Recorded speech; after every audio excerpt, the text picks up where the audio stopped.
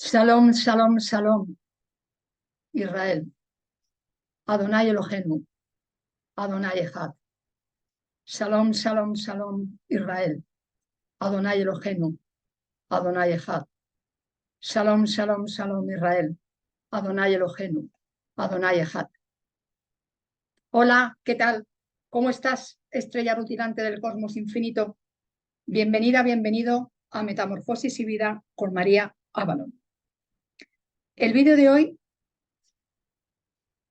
trata sobre la tribu violeta y el pueblo de Israel. ¿Quién es el pueblo de Israel? El pueblo que va directo a él. ¿Y quién es él? Por fin, en este vídeo voy a revelar quién es él. En algún otro he dicho, ya hablaré lo que pueda revelar de ese secreto, que ya no es tan secreto, y que voy a explicar lo mejor que pueda. Antes de nada, quiero dar las gracias a las almas que hace unos días han desencarnado en Jerusalén, ya sabemos cómo, no lo voy a repetir. Todo mi cariño hacia ellas, toda mi gratitud por haber elegido marcharse de esa manera y para mostrar, para recordar que el único camino hacia la paz es la paz, que el único camino hacia el amor es el amor, que cualquier otro camino está condenado al fracaso. Todo mi amor también para sus familiares y gracias también por recordarnos lo que individual y colectivamente todavía nos queda por avanzar en la paz interna, el amor interno, el respeto interno, para que todo eso se manifieste en lo externo. Que así sea. Antes de comenzar a hablar del pueblo violeta, de la tribu de Israel, o de la tribu violeta y el pueblo de Israel, también quiero decir que este vídeo es un ejercicio de introspección, reflexión, discernimiento sobre tres metafísicas, tres maneras de experimentar, tres maneras de sentir estas metafísicas de las que voy a hablar aquí, que me llevan cada vez de una manera más profunda a pensar, a sentir, a saber, lo voy a decir así, que el pueblo de Israel y la tribu violeta son el mismo. Esas tres metafísicas que voy a mencionar para explicar cómo he llegado a esta conclusión y sigo llegando. La verdad que es que cuanto más estoy en esa idea, más pruebas llegan.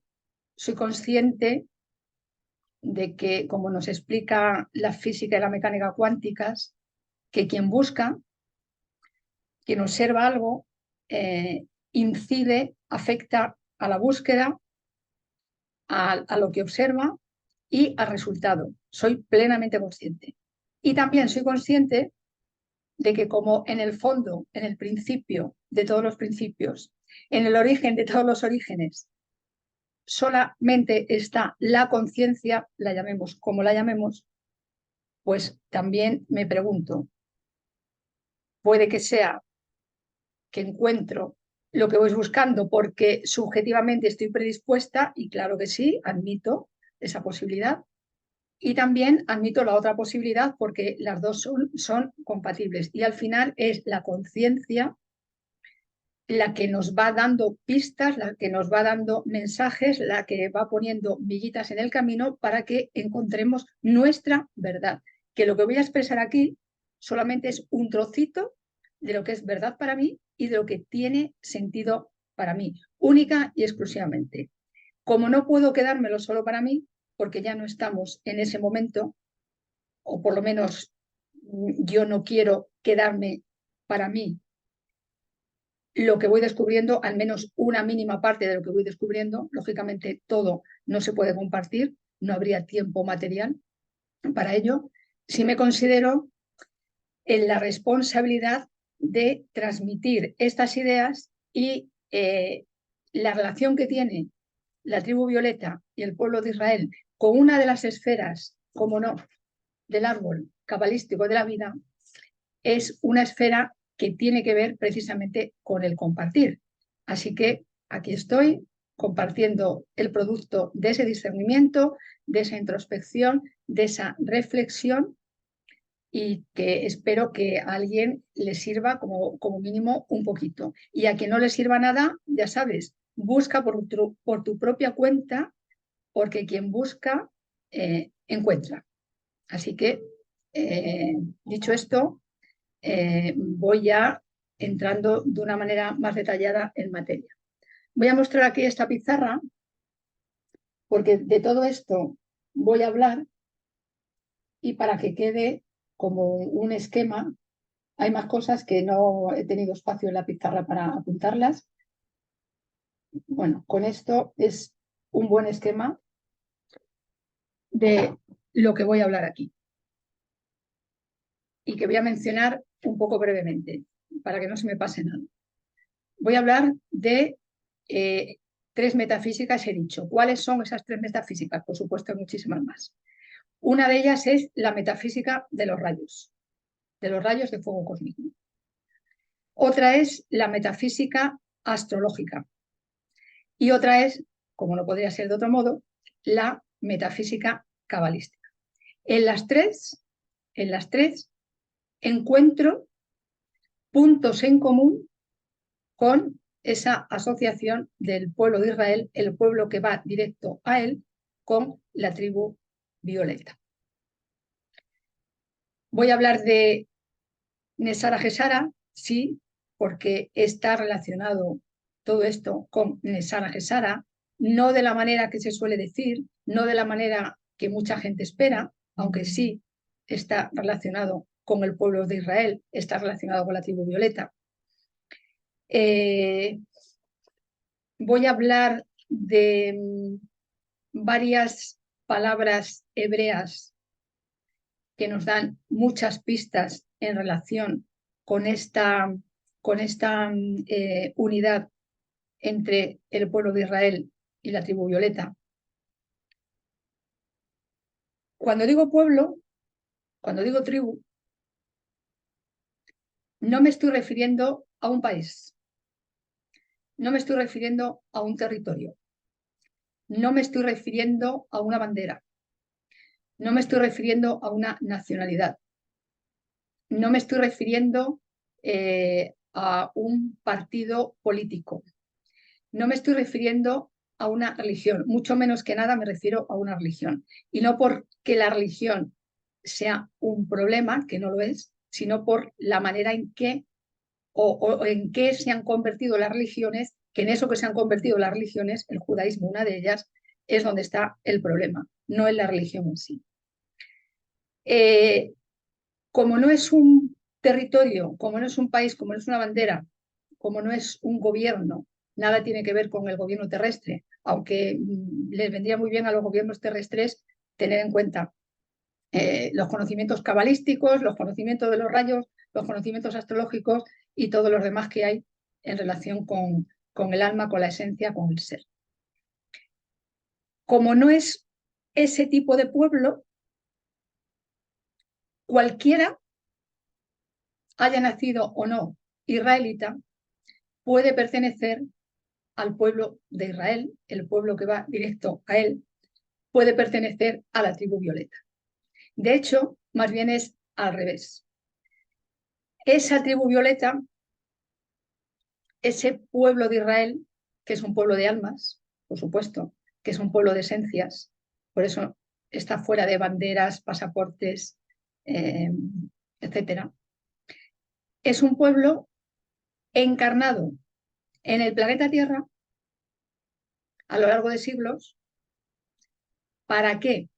Bueno, tengo que decir, es un pueblo de reinas y reyes profetisas y profetas, místicos, místicas, reinas y reyes, sacerdotes y sacerdotisas. Todo eso y mucho más, sirva como resumen, es y representa el pueblo de Israel, la tribu violeta, que sí es un pueblo elegido. Sí, yo me rebelé ante esta idea durante muchísimo tiempo, porque me parecía que era hacer de menos al resto de los pueblos. He ido comprendiendo que nada tiene que ver con eso. En primer lugar, porque eso de pueblo elegido es una traducción equivocada del hebreo, así como de otros lenguajes. Más que el pueblo elegido, tendríamos que decir el pueblo que se eligió a sí mismo para venir a la tierra, hacer todos esos roles que acabo de mencionar y devolver Keter a Malhut, devolverle la corona al reino, construir en este ámbito de densidad material el reino de los cielos, la Jerusalén celeste, la fuente de todas las bendiciones. Por eso, cualquiera se puede elegir para formar parte de ese pueblo que se elige como representante, como actuante de estas bendiciones, del amor, de la belleza, de la verdad, de materializar el cielo en la tierra, de construir el Edén terrestre a imagen de y según la semejanza del Edén celeste. Por lo tanto, cualquiera que realice estas labores, hay muchísimas almas realizando estas labores, cada vez más, lo sepan o no, pertenecen a este pueblo de Israel, pertenecen a esta tribu violeta que busca, que va directa a él. Por lo tanto, no se trata de excluir, sino de incluir. Precisamente, el saber cabalístico, me atrevo a decir que más que otros, incluye absolutamente todo. Cada vez son más los conocimientos científicos, médicos, tecnológicos, etcétera, que tienen explicación a través de la Kabbalah. Y cada vez más la Kabbalah, como esoterismo de la religión judía, está más presente en todos los ámbitos, invitándonos a convertirnos en ese pueblo elegido. Es decir, que absolutamente todas las almas seamos ese pueblo elegido. Un pueblo elegido como prototipo, añado otro dato, como prototipo de lo que sucede individual y colectivamente cuando, primero, todos los componentes de ese pueblo, es decir, todas las almas y también, por supuesto, todas las encarnaciones terrestres de ese pueblo, van a una, van en unidad, conciencia Aleph. Eso por una parte. Y una vez sucede esto con cada una de las almas de ese pueblo prototipo, que están en conexión con su divinidad interior, que reconocen su divinidad, que reconocen su origen galáctico, cósmico, divino, encarnado en un cuerpo terrestre, el Aban Kadmon, que viene a materializarse en la Tierra. El Aban Kadmon es un arquetipo de seres humanos perfectos, que por supuesto no hemos llegado a ese nivel. Llegar, vamos a llegar. ¿Cuándo? No tengo ni idea. Sí sé que vamos a llegar. Es nuestro destino, así que vamos a llegar. Esos seres perfectos que vienen a materializar su perfección aquí, en este plano, cuando están plenamente, profundamente, continuamente unidos a la fuente creadora, la llamemos como la llamemos, por eso es un prototipo, un pueblo prototipo de lo que sucede cuando individual y colectivamente los miembros de una comunidad están unidos entre sí, bueno, primero, unidos dentro de sí, primer paso, unidos entre sí, segundo paso, y unidos con el todo, tercer paso. Cuando eso sucede, lo único que ocurre, o lo más que ocurre individual y colectivamente, es una recepción continua de bendiciones en todos los ámbitos.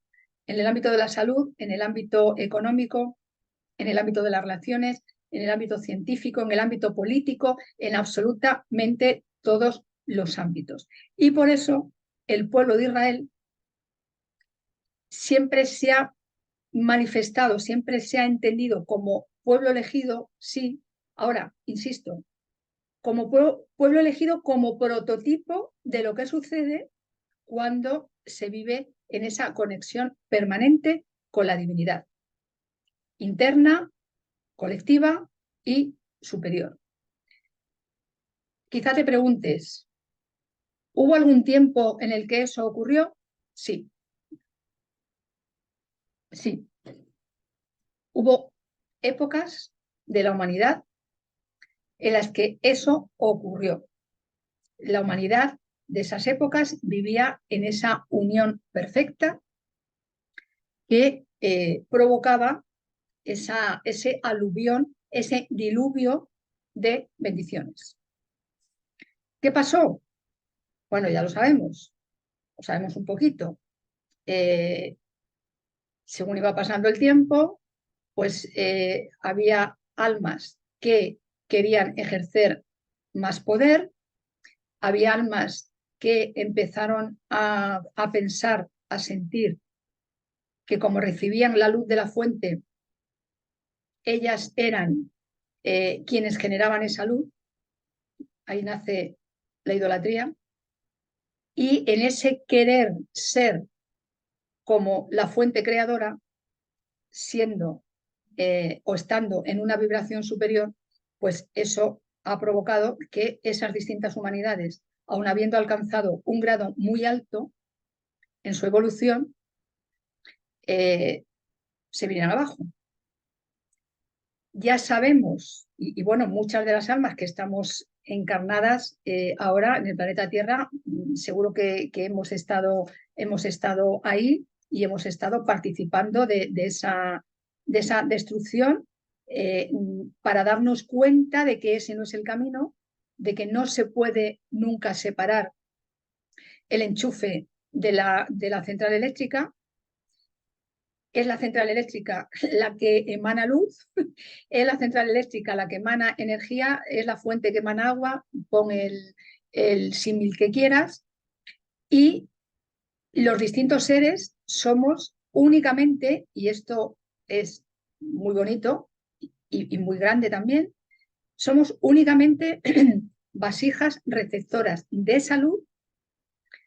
Y tenemos la labor, tenemos el propósito, la misión, el servicio de sostener esa luz, albergarla y manifestarla, compartirla, siendo muy conscientes de cuál es el origen de la luz. Todo esto también lo representa el pueblo de Israel, y por eso el pueblo de Israel todavía hoy, incluso quienes no practican la Kabbalah, sí que esto está muy arraigado, que ha de haber una conexión permanente, profunda, lo más completa posible con la divinidad. Estamos en el año 5784 del cómputo hebreo. El calendario hebreo es un calendario lunisolar, es decir, que los meses empiezan con cada novilunio. 5784 es 12 más 12 igual a 24 igual a 6. De manera que estamos en un año Ba, porque 6 es la gematría de la letra Ba.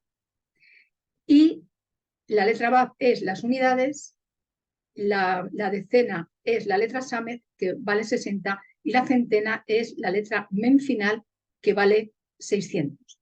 De manera que estamos en un año 660-600. No voy a entrar en eso, sí me parece importante mencionar. La letra Bab, su principal significado es gancho, gancho. De hecho, tiene ese ápice. Todas las letras hebreas tienen el ápice una yod, por eso la yud es la letra más chiquitita y es la que está presente en todas.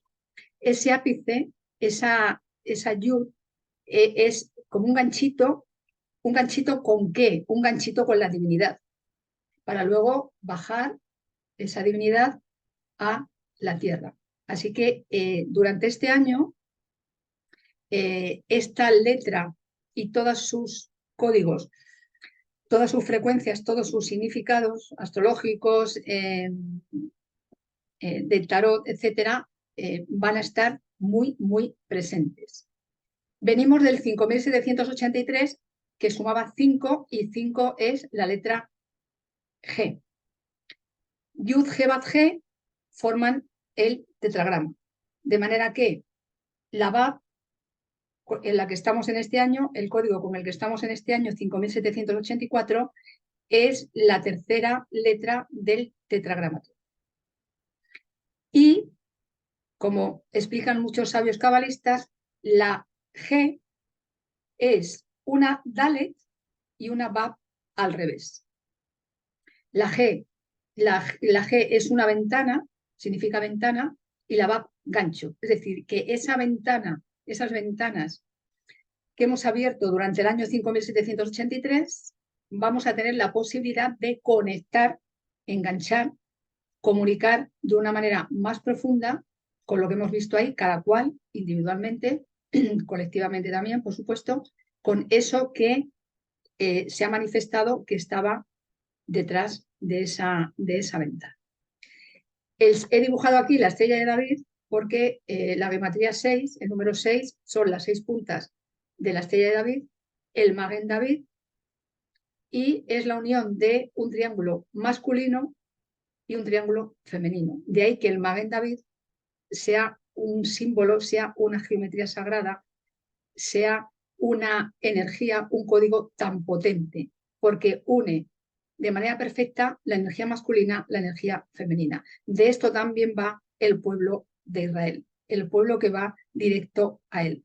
De esto también va el rayo violeta, el rayo de la transmutación, el rayo de la alquimia del ser, el rayo de la liberación, porque una vez hemos hecho esa transmutación, una vez hemos hecho esa alquimia, entonces estamos en condiciones de liberarnos. ¿De liberarnos de qué? De la esclavitud. ¿De qué esclavitud? Pues de la propia. De la esclavitud del ego, de la esclavitud de aquello, de mantenernos en aquello que no somos. La esclavitud de mantener apego, relaciones, etcétera, que sabemos que ya no van. Pues de todo eso nos libera la llama violeta. La llama violeta, el séptimo rayo, séptima dimensión, está regida por Antoine y Lady Portia. Antoine suele ser más conocido como Saint Germain, como energías maestras de ese rayo. Las energías arcangélicas del rayo violeta son Zadkiel y Amatista, y los Elohim de ese rayo son Arturus y Victoria. Eso en cuanto a la metafísica de los rayos en relación con el pueblo de Israel y la tribu violeta. El séptimo rayo, el rayo violeta, rige el sábado. El sábado es el séptimo día después de los 6 primeros días de la creación. El sábado es el Shabbat. El sábado es el jubileo. El sábado es la Binah, la madre cósmica. El sábado es la era mesiánica. El sábado es estar en la tierra prometida, porque esa es una de las tareas del pueblo de Israel, ir hacia la tierra prometida. Una vez se ha liberado de sus ataduras, una vez ha atravesado los 40 años por el desierto y entonces llega a la tierra prometida, a la tierra de Canaán, a la tierra de la que solo mana lo más bello de lo más bello, en perfecta justicia, en perfecta armonía, en perfecta paz, amor, belleza, bondad, prosperidad y demás cualidades de vibración energética elevada. Por eso, el pueblo de Israel tiene que ver con el Sara Gesara.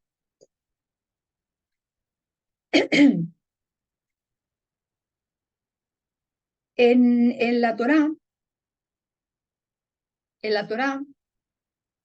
que empieza en la segunda Torá,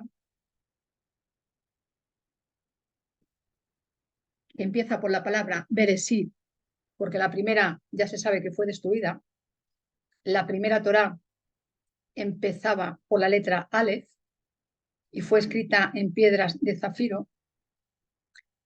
Cuando fueron recibidas por Moshe Rabenu, que estuvo 40 días en el monte Sinaí para recibirlas, y esto ya sabes que, por favor, tómalo más como metáfora que como algo real, aunque desde luego también hay una parte de realidad en ello, no como nos contaron, aunque sí hay una parte de realidad. Digo que no como nos contaron porque para mí Moshe Rabenu, como tantos otros seres, vino de las estrellas y vino con la Torá, o sea, vino ya con ese conocimiento. Entonces, bueno, solamente mencionar. Cuando Moisés bajó del monte Sinaí y vio que se había construido el becerro de oro, es decir, que se había vuelto a la idolatría, se había vuelto a adorar una figura como representación de la divinidad, cuando la divinidad no tiene ninguna representación y a la vez está en todo. Por eso no se la puede representar. Es irrepresentable, innombrable, por muchos nombres que le demos, es innombrable, inconmensurable. Entonces, a la vez, está en todo, porque todo es Dios, todo es conciencia, todo es energía manifestándose en distintos grados. Así que, ¿qué falta hacen imágenes cuando ya está por todas partes? Esa primera Torá, que comenzaba por la letra Aleph y que fue entregada a un pueblo de profetisas y profetas, reinas y reyes, sacerdotisas y sacerdotes, místicas y místicos. Es decir, que todo ese pueblo, esa Torá, era para un pueblo que tenía esas características porque estaba en plena unión con la divinidad. Como el pueblo que estaba esperando a Moisés se asustó, por lo menos una parte de ellos se asustó, pensaron que habían sido abandonados por la divinidad, cosa que nunca sucede, es imposible, porque si está en todas partes, a ver cómo va a abandonar, no puede ser. Quisieron volver a lo que algunos habían vivido en Egipto, que era el culto a imágenes, que era la idolatría. De ahí que perdieran esa capacidad profética, esa capacidad mística, esa conexión. Entonces ya no valía una Torá tan elevada, ya hubo una segunda Torá para mostrar, porque eso es la Torá, mostrar el camino de vuelta al origen, el camino de vuelta a casa, el camino de vuelta a lo que se había perdido por miedo, porque el miedo ya sabemos que baja la vibración, el miedo ya sabemos que nos conecta con lo que no somos, y entonces a partir de ahí lo que se construye ya no tiene esa plena conexión. Por lo tanto, la Torá es un manual de instrucciones, como es la Kabbalah, como tantas otras ciencias sagradas, por supuesto, un manual de instrucciones para volver a él, volver a recuperar esa conexión con él. Y él no es un caballero, no es un caballero. Bueno, esa Torá nos habla no solo de un camino de vuelta a Él, no solamente nos habla de un camino de liberación, nos está hablando también, seguramente sobre todo, de un camino de amor. Porque sin amor, igual que sin paz, igual que sin unidad, ya sabemos a dónde vamos. La primera palabra de la Torá es Bereshit.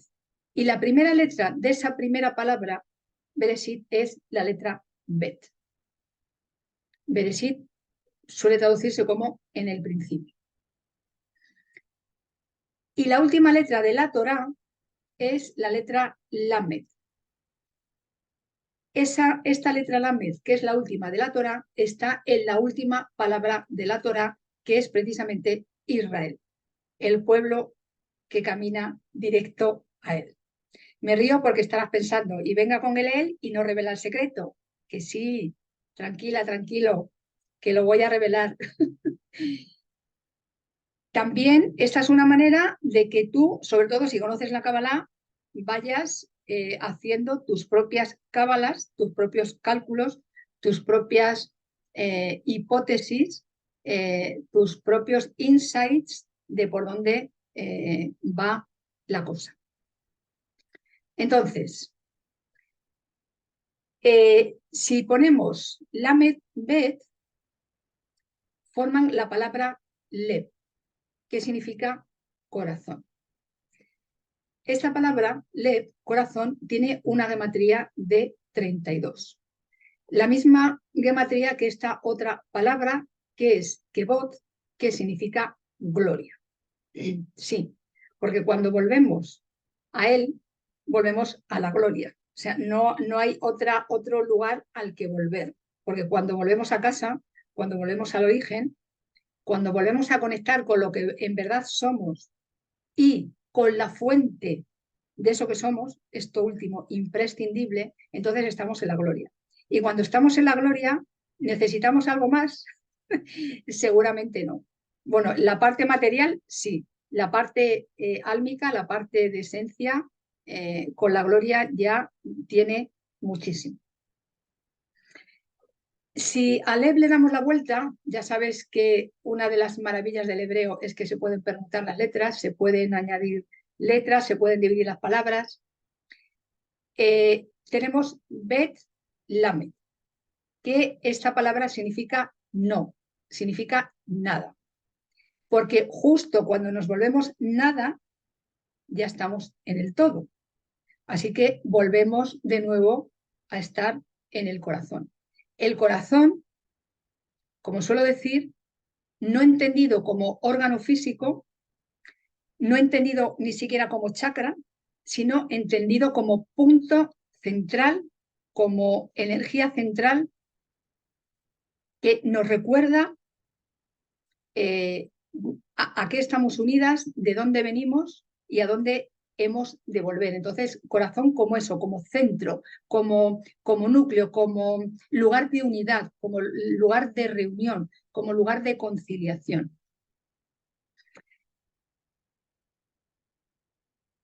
32 es el número de senderos de sabiduría del árbol de la Kabbalah. 10 esferas, 22 senderos, 22 caminos que conectan, 22 caminos subjetivos que conectan las esferas, las dimensiones entre sí, que son las 22 letras del alefato, más una esfera invisible, la que ves en el dibujo con puntos, que es la esfera de Da'at, el conocimiento, el abismo. De manera que tenemos 32 y si le añadimos Da'at tenemos 33, uno de los números maestros. 3 más 3 da 6. Va, 3 por 3 da 9. 3, 6, 9 son 3 frecuencias creadoras, que como más se conocen es como las frecuencias Tesla. Ahora bien, Tesla utilizó esas frecuencias, 3, 6, 9, sus códigos, su vibración para toda su labor científica, toda su labor creadora. Sin embargo, es algo muchísimo más antiguo, todo es mucho más antiguo, todo tiene un origen anterior. Y 33 es un número que nos recuerda que cuando completamos los 32 senderos de la sabiduría, llegamos al sendero o llegamos al escalón, mejor dicho, 33. Ya sabes que los árboles se superponen, hay distintos mundos y se superponen los árboles. Cuando llegamos a ese escalón 33, porque ya hemos recorrido los 32 peldaños de la escalera, hemos logrado un cierto nivel espiritual, no solo espiritual, aunque sí espiritual, ¿y eso significa que ya todo está completo? No. Cuando llegamos al escalón 33 significa que empezamos de nuevo. Otros 32 escalones hasta que alcanzamos el 33. Y otros 32 escalones hasta que alcanzamos el 33. Y así de manera infinita, porque si hay algo que el árbol de la Kabbalah nos recuerda de manera continua, es la infinitud de todo. La divinidad es infinita. De hecho, la palabra infinito es posible que sea una de las más neutras para definir a la divinidad, para nombrar a la divinidad y al mismo tiempo para intentar vislumbrar un poquito, entender un poquito qué puede ser eso tan infinito que por su propia definición, dentro de este templo, pues seguramente no vamos a saber.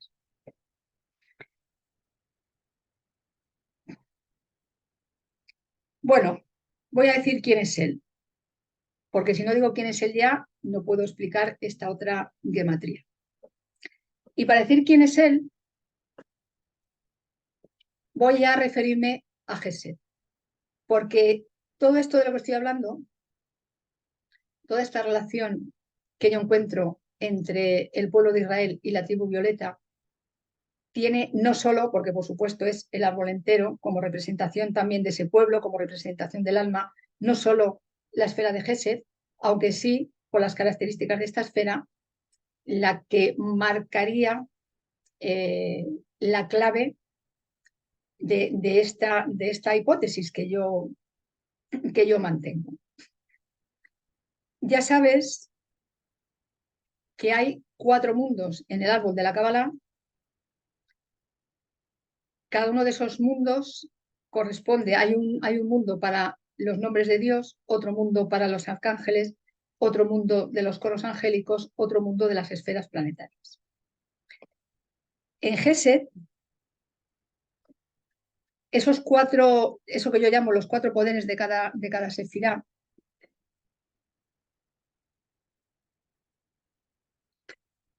esos 4 poderes en Gesed son el nombre divino, Él, así que ya sabes quién es Él, el nombre de Dios en Gesed. Él se escribe Aleph Lamed y esto suma 31. 31 es también la gematría de, perdón, 31 o él es la fuente de la gracia. Otro de los nombres que se atribuye a la esfera de Gesed, que en general se le llama la esfera de la misericordia, la esfera del amor compasivo, la esfera de la expansión, la esfera de la compasión. Entonces, el nombre Él nos remite a esa fuente de la gracia que representa esta esfera. Él suma 31. Si a 31 le añadimos una unidad por la palabra completa, es decir, él como palabra completa, tenemos nuevamente 32. Es decir, tenemos otra vez en Gesed los 32 senderos de la sabiduría ahí reunidos.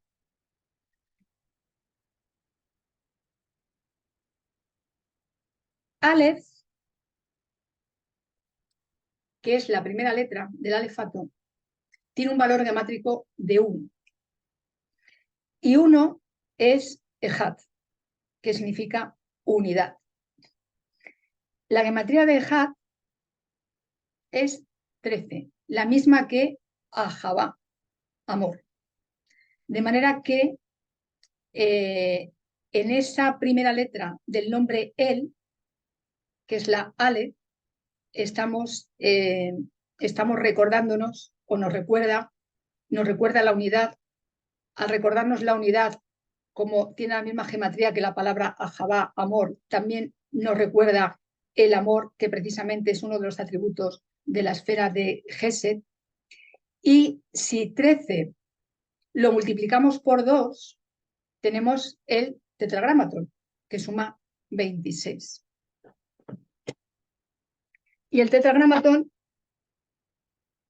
es la metafórmula de la creación por excelencia en la Cábala, y 26, la misma gematría del tetragramatón, 26, la tiene la palabra hígado,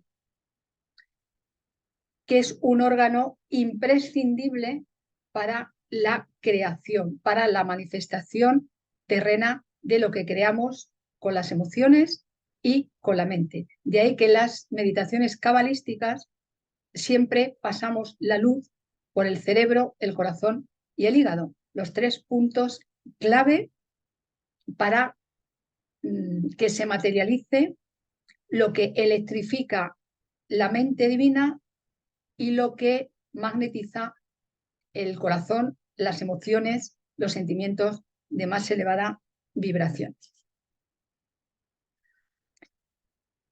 El arcángel de Gesed es Zadkiel. Zadkiel, que precisamente Zadkiel y Amatista son los arcángeles del rayo violeta. Zadkiel representa el poder divino de generosidad, de misericordia, de amor, de compasión, de prosperidad. Y uno de los arquetipos de este arcángel, de esta energía arcangélica, es el rey Melquisedec. De ahí que un rey tipo Gesed o una reina tipo Gesed no solamente es reina o rey, también es madre, padre de su pueblo, también es sacerdotisa, sacerdote de su pueblo. Tiene una responsabilidad espiritual ante el pueblo al que regenta, y no solo una responsabilidad en los ámbitos más puramente terrenos. Esto es muy importante porque en origen y durante mucho tiempo las reinas y los reyes eran elegidos de esta manera, para que fueran sacerdotisa, sacerdote de su pueblo, para que tuvieran en cuenta la espiritualidad de su pueblo y al mismo tiempo fueran transmisores de esa conexión espiritual.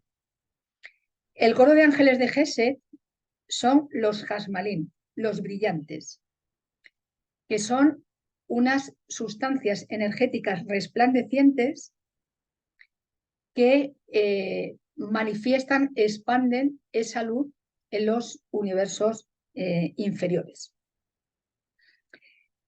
El Hasmal, la luz del Hasmal, es una luz que hace frontera entre el mundo de arriba del abismo, las 3 esferas supremas, y el mundo de abajo del abismo, las 7 inferiores.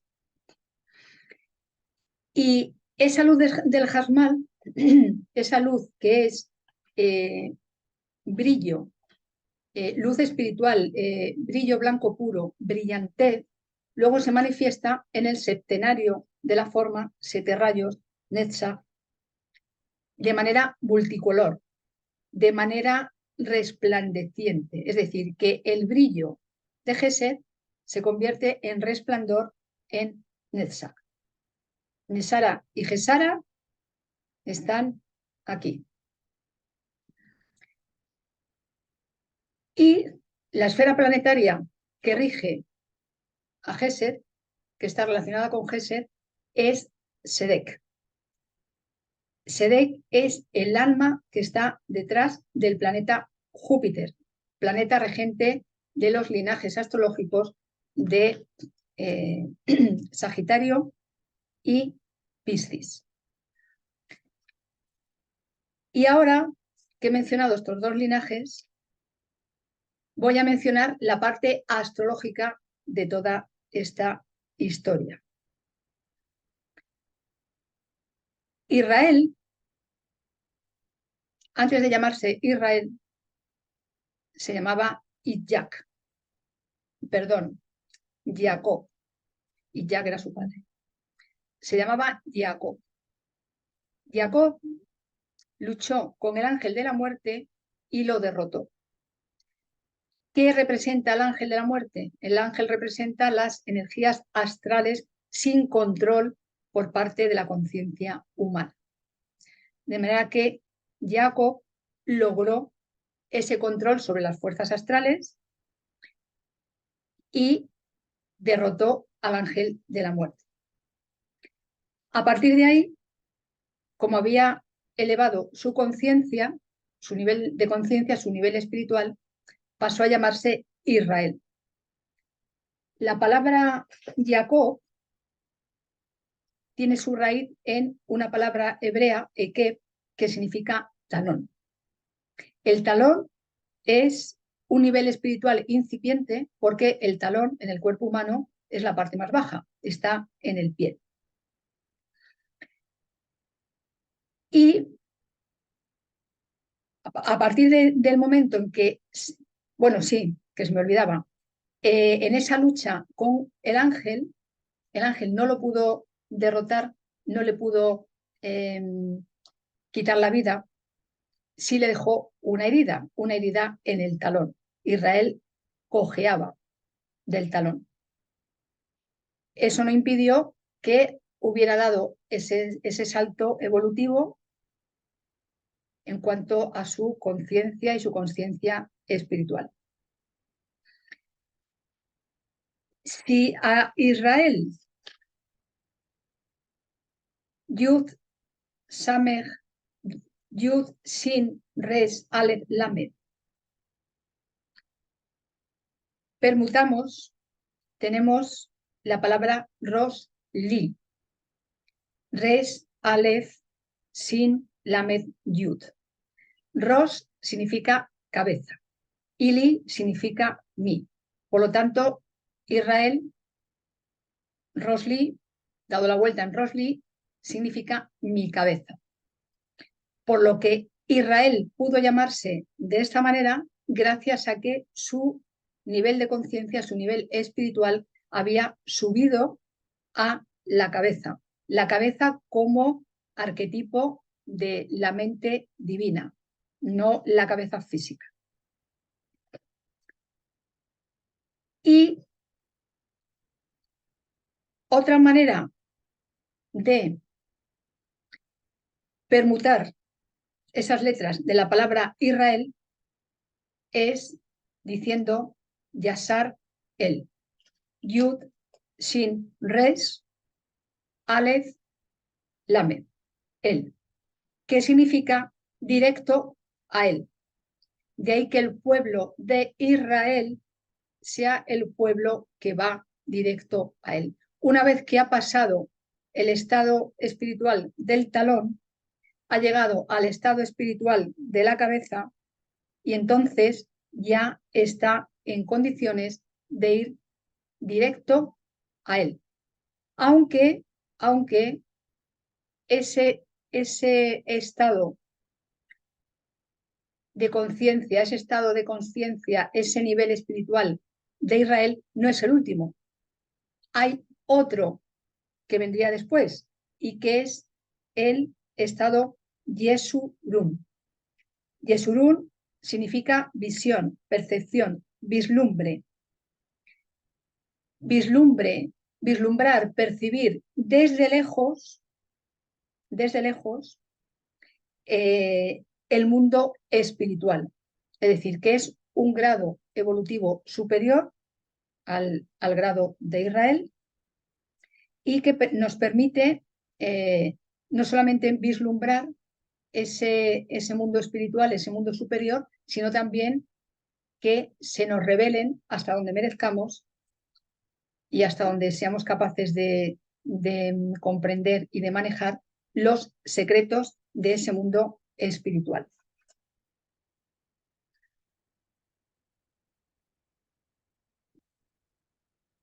Hablé antes de la palabra Bereshit, en el principio. Bereshit también se puede permutar y en vez de decir Bereshit, podemos decir Barashit, es decir, creo con 6. ¿Qué son las 6? Las 6 sefirot que están después del abismo. Seirampin. Y la primera de las cuales es Gesed, donde verdaderamente comienza la creación. Porque antes de cruzar el abismo, todo existía únicamente como energía. Todavía no había una manifestación. En Gesed se produce esa primera manifestación. Gesed es la cuarta esfera si contamos desde Keter y la primera si contamos desde debajo del abismo. Por eso Gesed es el primer día de la creación, el día en que fueron creadas oscuridad y luz. Por eso Gesed, he dicho antes, los Jasmalín nos hablan de esa luz que brilla, que es pura brillantez. Este primer día de la creación continúa con las 6 esferas siguientes: Geburah, Tiferet, Netzat, Hod y Yesod. Los 6 días de la creación, es decir, Bará, sí, creo con 6. Creo con 6 dimensiones. Eso es lo que significan los 6 días de la creación. Creo con 6 esferas y todo lo que implica cada una de estas esferas y su conjunto. ¿Por qué 6? ¿Dónde queda Malhut? Por cierto, el 6 tiene que ver con la creación del ser humano, que ocurrió en el 6º día de la creación, según el relato del Génesis, el gen de Isis. Sí, porque no puedo dejar de mencionar a Egipto, no puedo dejar de mencionar Atlantis, no puedo dejar de mencionar a Caldea, no puedo dejar de mencionar Sirio, Pléyades, en fin, porque todo está relacionado con todo y tengo que mencionarlo. Sí y sí. Ese 6º día en que fue creado el ser humano fue el día en que se completó la creación y después lo siguiente seguirá siendo que esa creación se manifieste ¿dónde? En Malhut, el reino. El espejo de Keter. Donde Keter, Malhut, es donde Keter se mira a sí misma en el espejo. Y dice, vale, ya me voy pareciendo cada vez más a Keter. Y a la inversa, Malhut se mira a sí misma en el espejo de Keter y va diciendo, sí, vale, cada vez estoy más cerca de Keter, cada vez estoy más cerca de coronarme, cada vez estoy más cerca de volver a estar completa como la luna en el plenilunio. Cuando el rey Salomón reinaba, se decía de él que en su reinado la luna estaba completa y no se hacía, esto está en el Zohar, no se hacía referencia a la luna satélite de la Tierra, no, se hacía referencia a Malhut, estaba completa, porque Malhut, el Shabbat, el jubileo, la Biná, aquí la Biná como hija de la Biná madre, aquí en la tierra del jubileo, en el Shabbat, ya no se hace porque todo está hecho en las 6 dimensiones anteriores. Y entonces en el Shabbat, ¿qué es lo que queda? Disfrutar, desplegar todo eso que se ha creado en los 6 días con las 6 esferas anteriores. ¿Esto significa cruzarse de brazos, tumbarse y mirar al techo? No, no. Eso significa que como la obra ya está completa, todo se completa arriba antes de que se complete aquí, a lo que nos hemos de dedicar es a expandir esa completitud, a expandir ese reino de los cielos que ya está manifestándose en la tierra. Por eso el Sabbat no habla de no hacer, habla de hacer con jubileo, con alegría, con disfrute, con plena conexión. Por eso también el Sabbat se considera, la era mesiánica y el Sabbat se consideran sinónimos, porque la era mesiánica, ya lo he dicho otras veces y lo seguiré diciendo, no se trata de que vaya a venir alguien aquí a salvar a la humanidad entera. Menuda responsabilidad. Se trata de la era en la que absolutamente todas las almas reconocen su mesianidad, la reconocen, la honran y la expresan. Y entonces estaremos en la era mesiánica, estaremos de nuevo en una era dorada. Ese es otro de los propósitos del pueblo de Israel. Es otro de los propósitos de la tribu violeta. Transmutar todo lo que impide, todo lo que nos ha mantenido en desconexión con esa era dorada, con esa era del bienestar, con ese jubileo, con ese mesianismo en el que no hará falta que nadie venga a salvar a nadie, porque ya cada cual se habrá salvado a sí misma o a sí mismo. Y lo único que haremos será compartir nuestra alegría, compartir cómo lo hemos hecho, disfrutar, etcétera. Y ayudar a quienes todavía, porque es posible que todavía quede alguien, a quienes todavía no estén en ese estado. Ayudar a que reconecten con ese estado, a que recuperen ese estado, no a convertirnos en mesías de nadie, porque eso no. Bueno, después de este meeting, después de este meeting no mesiánico, la palabra Bereshit, que estaba diciendo que se puede leer, Barat, Sit, suma 913. 913, si lo reducimos, tenemos 13. La mitad del tetragramatón, la gematría de Had, la gematría de Ahabá. Dije al principio, Bet es la primera letra de la Torá y Lamed es la última letra de la Torá.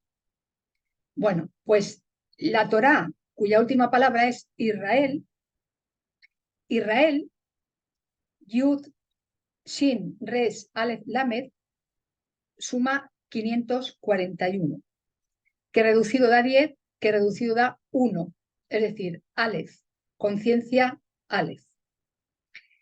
Bereshit e Israel tienen Yud, Res, Shin y Aleph en común. Estas 4 letras que tienen en común suman 511. 511 reducido da 7. 7 es, si contamos desde Keter, la séptima esfera, Netzach, y si contamos desde Geset, 7 es de nuevo Malhut, Sabbat, el jubileo, el séptimo día. La Aleph, por ser 1 y por ser la primera letra del alefato, siempre nos va a recordar la unidad, lo imprescindible de la unidad, lo imprescindible de volver a la unidad, primero de manera individual y luego de manera colectiva. Y en la Aleph, de manera implícita, está, de manera implícita y de manera potencial, está representado el tetragramatón, como esa fórmula que une las energías masculina y femenina en perfecta unidad. Yud Hevat He, lo mismo que sucede con el Magen David, con la estrella de 6 puntas. Mientras que la Lamed, jeroglíficamente, las tengo aquí más grandes. Esta es la Ale. Esta es la Bab.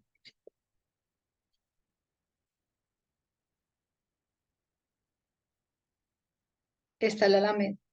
La Lamed jeroglíficamente son unas alas extendidas. La Lamed es la unión de la letra Bab y la letra Kaf. La letra Bab ya sabemos que significa gancho y la letra Kaf significa, entre otras cosas, vasija. Entonces, la Lamed es una representación de la vasija, es decir, el ser, desplegando las alas y subiendo hacia él. ¿Subiendo hacia dónde? Subiendo hacia el corazón, subiendo hacia Gesed, subiendo hacia esa conexión con lo divino que nos devuelve a la fuente de todas las bendiciones. La letra Lamed, que tiene un valor geométrico de 30, nos remite a 3 Yudín, porque la letra Yud tiene un valor de 10 y Lamed nos remite a esa letra, que es la más chiquitita de todas. A ver si la encuentro. Y está presente en las 22. Y que además la letra Yud es, aquí está, es la primera del tetragramatón.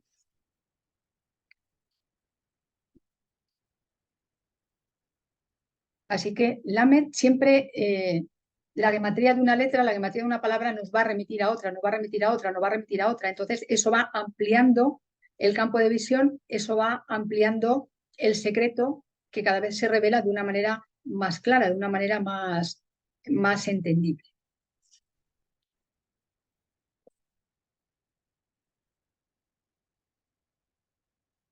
La parte astrológica.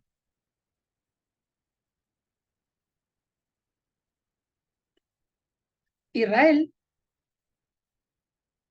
se casó con 2 señoras y además estuvo con 2 concubinas. Sus 2 esposas fueron Lea y Rachel. Y las 2 concubinas fueron Zilpa y Bilá. Con Lea tuvo 6 hijos y una hija. Esto de la hija, fundamental. Ahora más adelante explicaré lo de la hija. ¿Por qué me parece fundamental? Con Rachel tuvo 2 hijos. Con Zilpa otros 2 hijos y con Bilá otros 2 hijos. Así que 6 con Lea, más 2 con Raquel, 8, más 2 con Zilpa, 10, más 2 con Bilá, 12. Las 12 tribus de Israel. Los 12 linajes reales que están detrás de los 12 signos del zodíaco. El zodíaco con el que nos manejamos aquí en el ámbito terrestre. En el Sefer Yeshirá están mencionados estos 12 linajes, están mencionados los 12 signos del zodíaco, está mencionado con cuáles de las letras hebreas se relacionan estos 12 linajes. Y estos 12 linajes, 12 maneras de ser, 12 expresiones del ser, 12 hebras del ADN, 12 puertas, todo lo que tiene que ver con 12 podemos aplicarlo a estas 12 tribus, estos 12 linajes, más allá, por supuesto, de que hayan existido físicamente, puesto que antes son linajes que vienen de las estrellas. Esos 12 linajes, esos 12 modos de ser, esas 12 conductas, esas 12 cualidades, cuando se completan, la 13 surge por sí sola. Es decir, que serían esos 12 linajes completos esas 12 expresiones del ser completas en un mismo ser humano, cuando se ha realizado esa completitud, la número 13 surge por sí sola. Y además, la número 13, como mencionaba antes, en cuanto a que podemos añadir a cualquier gematría un 1 por la palabra completa, si hacemos esto con estas 12 tribus, con estos 12 linajes, le sumamos 1, tenemos 13. Esas 13, el 13, que es la mitad del tetragramatón, que es la gematría de Jabá, que es la gematría de Had, es también el número de las medidas de la misericordia. Misericordia, uno de los atributos de Gesed. Esas 13 medidas de la misericordia, que están recogidas en los textos cabalísticos, que están recogidas en los preceptos judaicos, hacen referencia a 13 atributos divinos, a 13 cualidades divinas que los seres humanos, para actuar a imagen de y según la semejanza de la fuente creadora, hemos de desarrollar. He dicho al principio que el pueblo de Israel es un pueblo encargado, entre otras cosas, de devolver a la Tierra como planeta y a la humanidad a su estatus divino, conectándola de nuevo con la fuente de la creación. El pueblo de Israel, por supuesto, y por lo tanto, es un pueblo de gente santa, de gente sagrada, no porque esté en los altares, que nada tiene que ver con eso, sino porque es gente que vive en santidad. ¿Qué significa vivir en santidad? ¿Qué significa vivir como un ser sagrado? Reconocer nuestro origen divino, reconocer nuestra esencia divina, honrarla y expresarla como se merece. Porque en ese cómo se merece está nuestro mérito de acercarnos cada vez más a Él, de ir cada vez más en dirección a Él, a esa fuente de todas las bendiciones que representa Gesed y que más allá de Gesed está en Binah, Jomá y Keter. Un pueblo santo, ¿dónde va a vivir? Pues un pueblo santo, un pueblo sagrado, no puede vivir en un lugar que no concuerde con esa sacralidad, que no concuerde con esa santidad. ¿Cuál es ese lugar sagrado para ese pueblo? Y de nuevo no me estoy refiriendo a un lugar físico, aunque hay un lugar físico que tiene ese nombre. Si el pueblo de Israel es el arquetipo más elevado, el arquetipo espiritual más elevado en el que se tiene que convertir la humanidad, y que en realidad ya no sería el pueblo de Israel, sino que sería el pueblo de Yesurún, bueno, todavía estamos en el camino de Israel. Ese pueblo arquetípico, ese pueblo modelo, ese pueblo prototipo, tiene una ciudad arquetipo, prototipo, modelo en los planos superiores de quinta dimensión hacia arriba, y en cuanto a esta unión del pueblo de Israel con la tribu violeta de séptima dirección hacia arriba, ese arquetipo multidimensional, otra tarea del pueblo de Israel, devolver la multidimensionalidad a la tierra. Ese arquetipo es la Jerusalén celeste, no la Jerusalén terrestre, porque ya sabemos que la Jerusalén terrestre en tiempos representó este arquetipo divino, en tiempos del rey Salomón. Sin embargo, ya después de ese reinado, eso no volvió a suceder. Por lo tanto, la ciudad de Jerusalén, como ciudad, como territorio, considerada todavía hoy como núcleo central no solo del pueblo de Israel, sino del planeta entero y de la humanidad entera, no es esa ciudad, al menos hoy no es ese territorio, porque la Jerusalén celeste se refiere a esa Jerusalén que está arriba igual que el Edén, hay un Edén abajo, hay un Edén arriba, esa Jerusalén celeste en la que habitan los 12 linajes reales, las 12 tribus de Israel, que tiene 12 puertas y que hay que atravesar cada una de las 12 puertas para llegar al estado que cada una de esas puertas tiene para cada una de las almas. Y cuando se han transitado por las 12 puertas, cuando se ha completado la ciudad, cuando se ha visitado al completo la ciudad, entonces llegamos otra vez al 13, la unidad, la ciudad completa como unidad sumada a sus 12 puertas. Y ahí es, en esa unidad, donde entra la hija de Lea e Israel, porque es la única mujer de los 13 hijos, hijas que nacieron de Israel. De modo que el pueblo de Israel, la tribu violeta, también nos recuerda que sin la Shekinah, sin la divina presencia femenina, no vamos a ningún sitio que sea glorioso.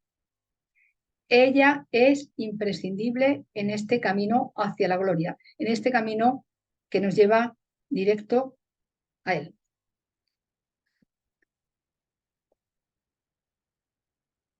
Hay muchas interpretaciones sobre, más allá del hebreo, sobre lo que simboliza la palabra Israel. Voy a mencionar 3. Is, en referencia a Isis, madre cósmica, Binah. Ra, Amon-Ra, en referencia al padre cósmico, a la Jomá. El hijo ¿de quién? Del padre y de la madre, o de la madre y del padre. Ese hijo es Gesed, la primera esfera en la que la creación empieza a manifestarse. Este hijo, nacido después del abismo, de la madre cósmica, Binah, en unión, por supuesto, con el padre cósmico, Jomá. Hay quien considera que Jomá y Binah son femeninas, porque las palabras que las designan en hebreo son femeninas. Yo estoy bastante de acuerdo con esa idea. Israel, la segunda. Is, madre, Ra, padre, el, corazón, hijo. Es decir, que estamos hablando no tanto de un hijo físico, sino que estamos hablando del hijo del corazón, de un hijo con corazón, porque Gesed es amor y el corazón es un símbolo del amor, de las emociones, de los sentimientos elevados. Y este hijo, este corazón compasivo, ha nacido ¿de dónde? De Elohim, que es el nombre divino en la esfera de Binah. Así que él es hijo de Elohim. Y la tercera asociación de la palabra Israel, pues vuelve a ser Isis, Ra, Amon-Ra, sistema estelar de Sirio, seres azules, y él sería el principio de Alcione, el sol central de las Pléyades, con el que el sol del sistema solar en el que orbita y habita el planeta Tierra y nosotras con ella, está directamente relacionado.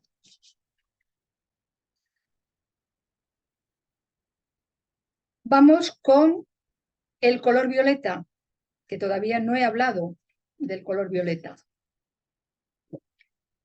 El color violeta no es un color puro, es la mezcla de dos colores, rojo y azul. Y en esa mezcla de dos colores, que es rojo y azul, nos encontramos la unión en horizontal de Gesed con Geburah. Gesed es misericordia, Geburá significa rigor. Uno de sus significados es rigor. Está regida por Marte, Madín. Madín es el alma que está detrás de Marte.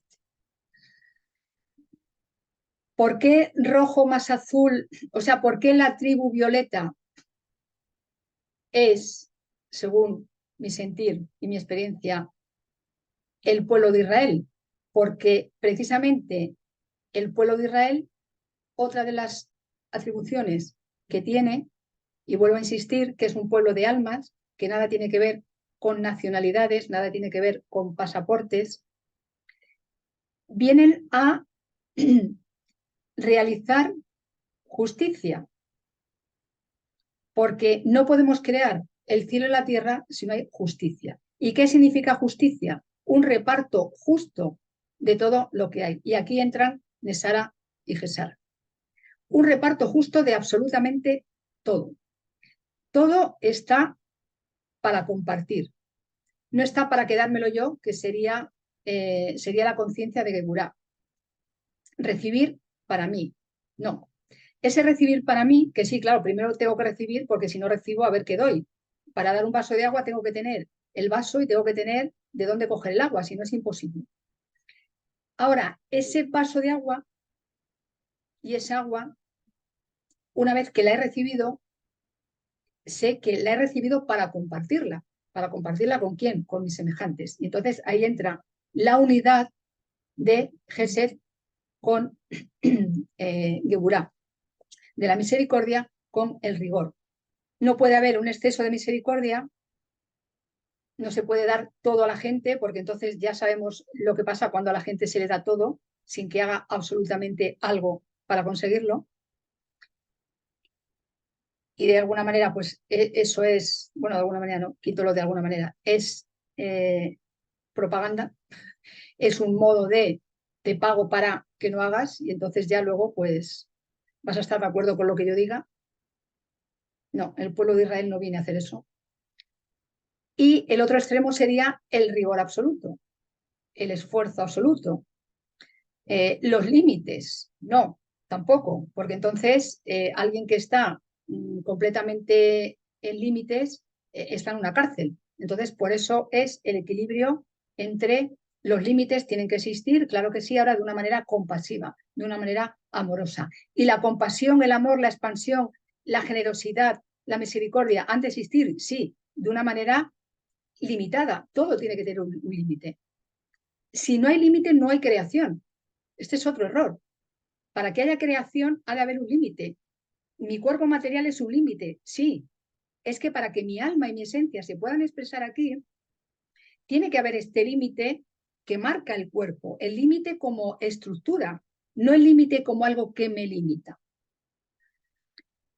Y por eso, en esa unión de rojo más azul, tenemos el violeta, que es la transmutación, es ir un polo más allá, y entonces, una vez que hemos transmutado todo lo necesario, ya nos podemos liberar.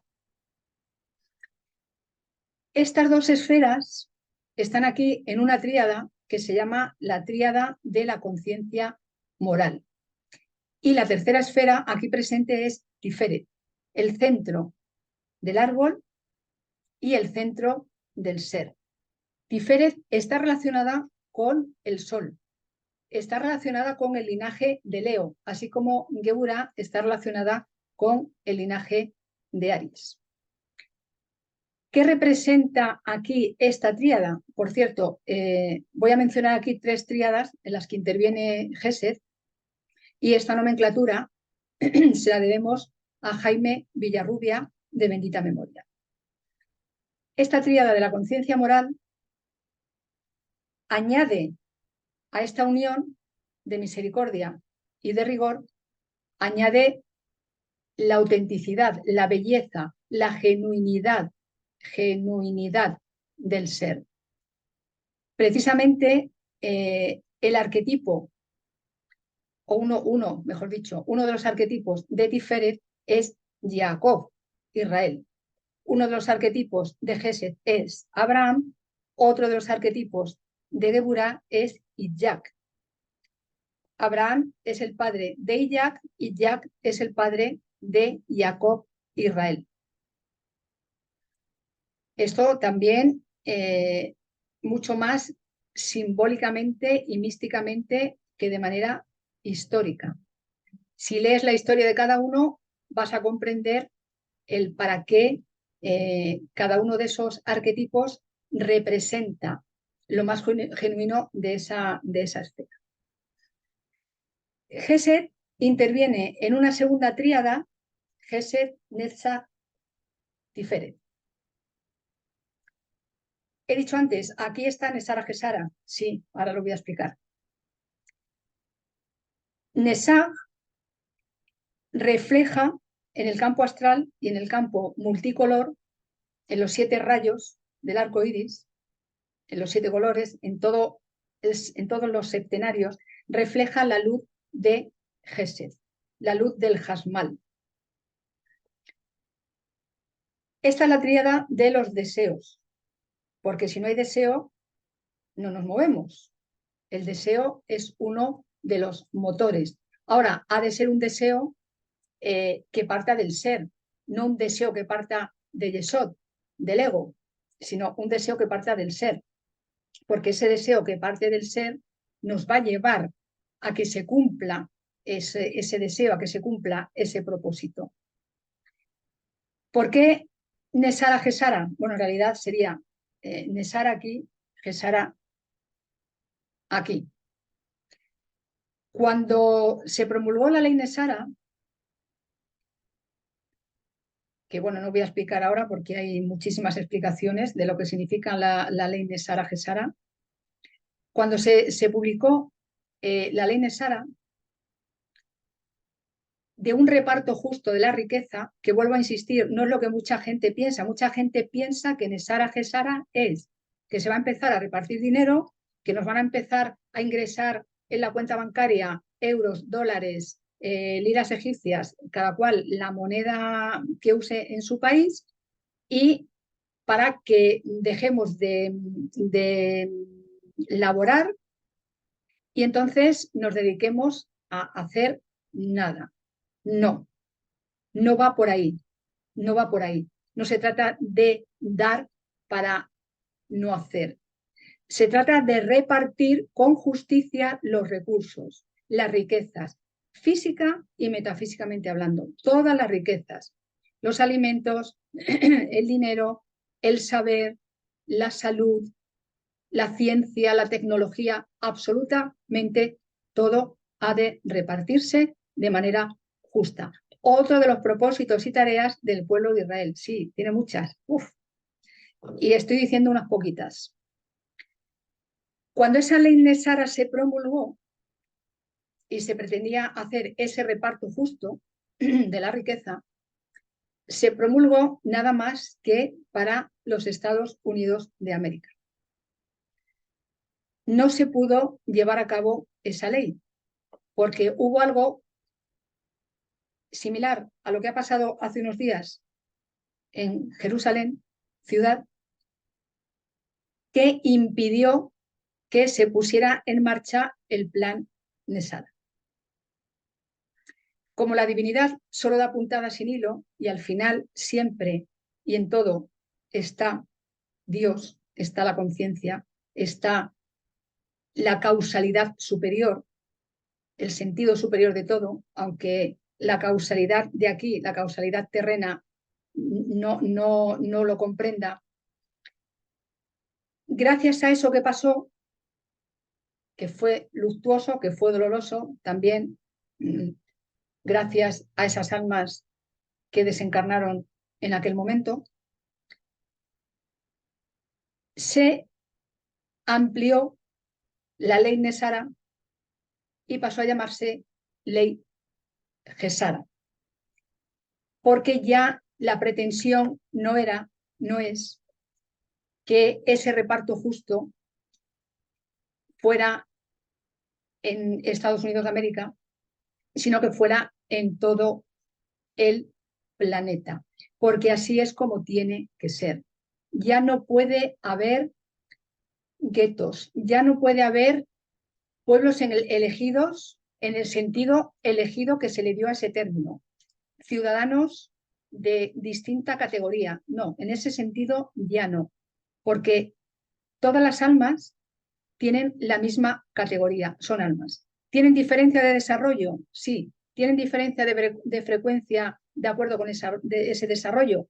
Claro que sí. Ahora, eso no hace que un alma, que una persona que encarna ese alma sea de categoría inferior a otra.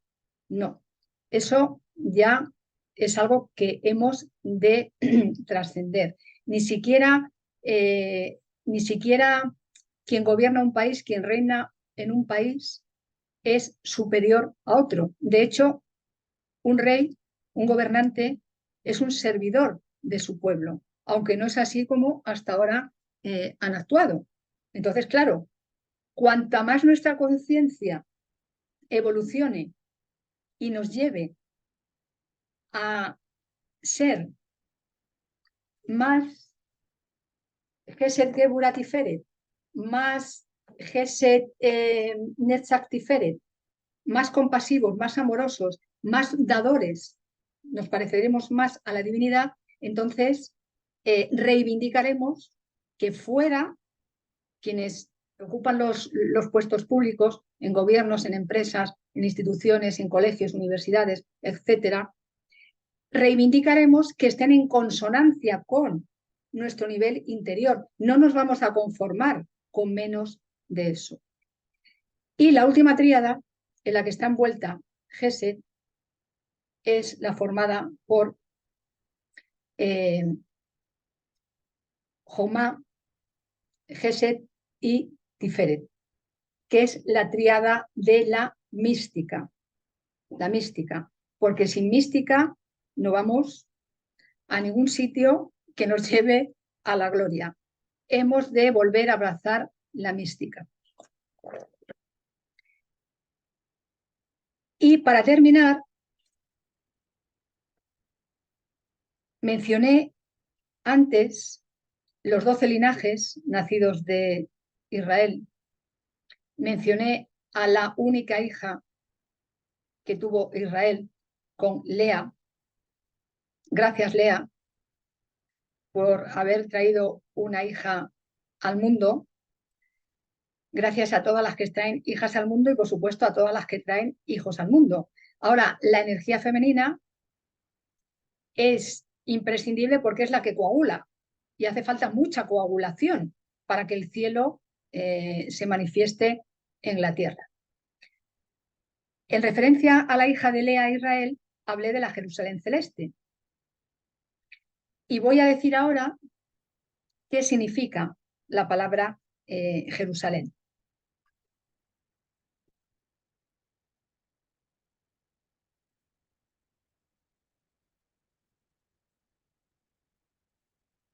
La palabra Jerusalén en hebreo se dice Jerusalén. Yud, Res, Bab, Sin, Lamed, Yud, Menfinat. Jerusalén significa ciudad de la paz, porque la última palabra, Sin, Lamed, Yud, Men, es Shalom, que significa en hebreo paz. Jerusalén, escrito en hebreo, suma 1156, que reducido se queda en 13. De nuevo el 13. Ejad, unidad. Aleph, Kaf, Dalet.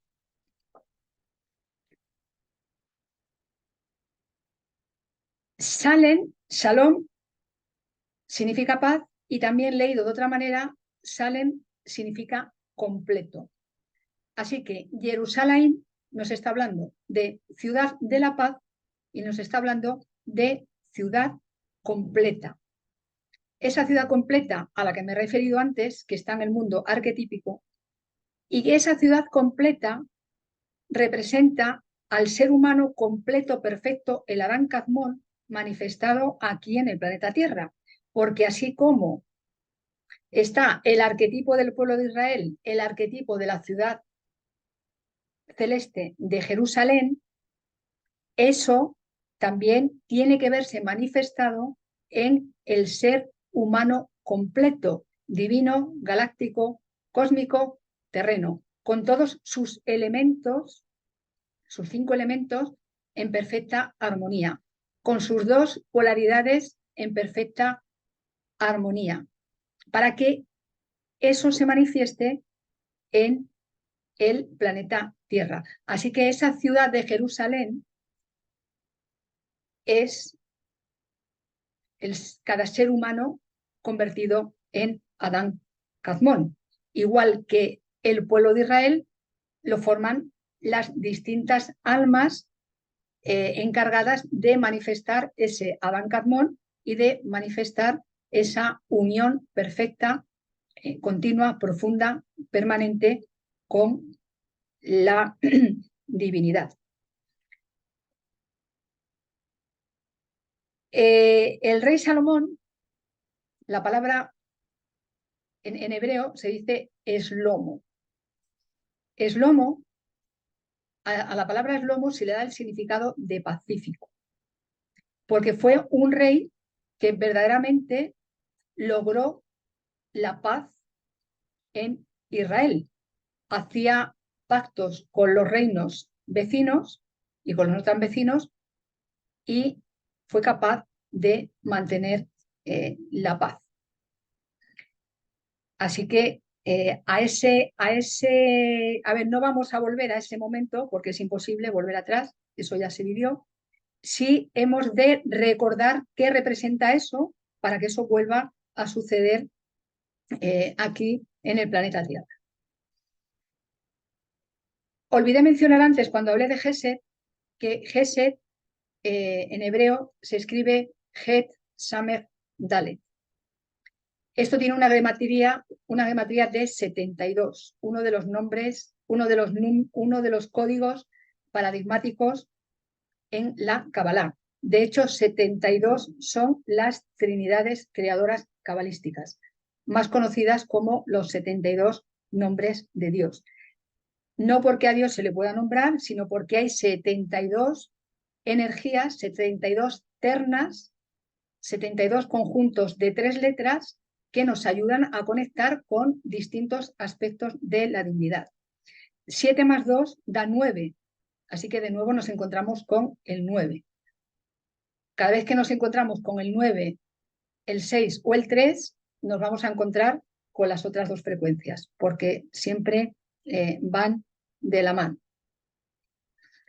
De ahí que Gesed, por su gematría de 72, nos recuerde a la divinidad, no solamente a la divinidad relacionada con Gesed, él, sino a la divinidad en su conjunto.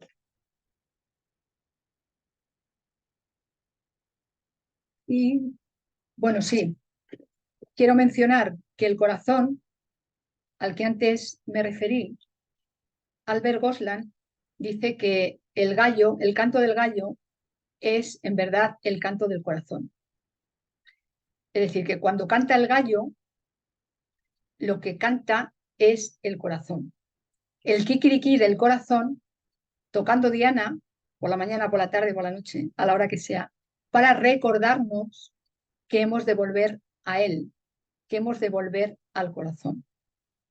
De ahí que cuando Yeshua le dijera a Pedro, tú me negarás 3 veces antes de que cante el gallo, es decir, tú me negarás 3 veces antes de que cante el corazón, antes de que, ¿qué significa que cante el corazón?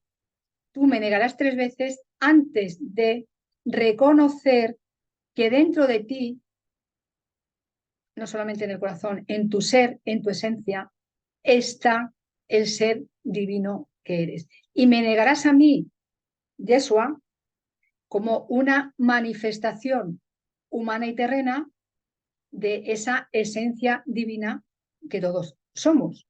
Entonces, me negarás a mí como, no porque me estés negando a mí, no porque estés negando al alma que encarnó como Yeshua, sino porque al negar que me conoces, estás negando que conoces tu divinidad.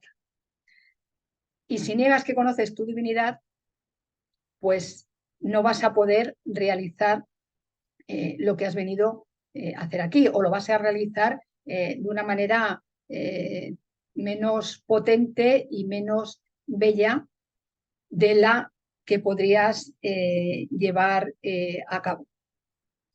Por eso el corazón es el último órgano que deja de funcionar,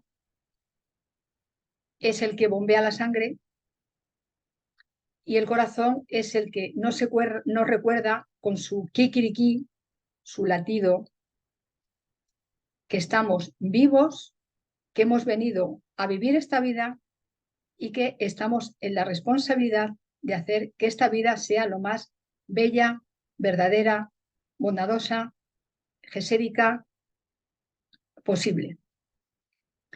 Así que confío en que lo vamos a conseguir, va a ser así.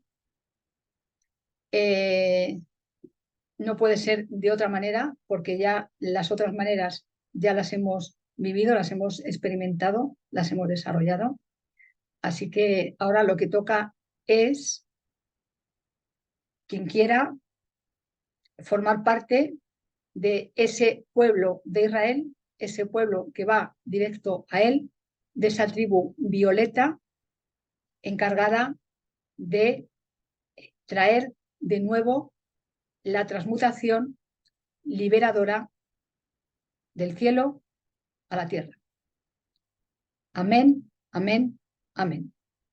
Muchísimas gracias por tu atención y Cristo y Sofía mediantes, nos vemos, si tú quieres, en un próximo vídeo. Hasta entonces, Ahabá, Ejad, Shalom. Shalom, Shalom, Shalom, Israel. Adonai Elohenu, Adonai Ejad.